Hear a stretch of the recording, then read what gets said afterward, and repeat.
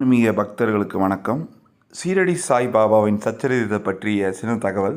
சீரடி சாய் சச்சரிதம். சாய் சச்சரிதம்ங்கிறது 51 அத்தியாயம் கொண்டப்பட்டது.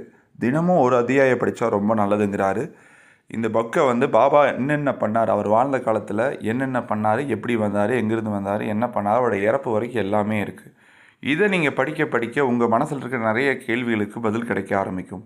முக்கியமாக சொல்லணும்னா ஸ்ரீ சாய் சச்சரிதம் என் வீட்டில் வச்சு தினமும் 11, 15, 11வது அத்தியாயமும் 15வது அத்தியாயமும் படிச்சிங்கன்னா எந்த நோய் நொடியும் நீங்கள் என்னெல்லாம் நினைக்கிறீங்களோ உங்கள் மனசு நிம்மதி, சந்தோஷம், உங்களுக்கு என்ன வேணுங்கிற நினைக்கிறவங்க இந்த சாய் சச்சரிதத்தை வீட்டில் வச்சு தினமும் ஒரு சாப்டர் படிங்க.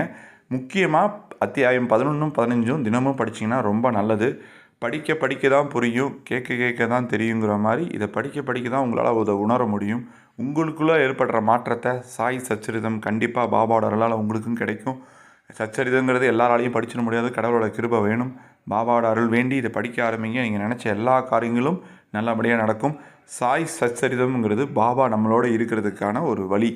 பாபா நம்மளோட பூதோடர்கள் எல்லாட்டையும் இந்த வழியில் இருக்காங்கிறத ஒரு நம்பிக்கை. சாயி சச்சரிதம் படிங்க, உங்கள் வாழ்க்கை வளமாகட்டும். ஜெய் சாய்ராம்.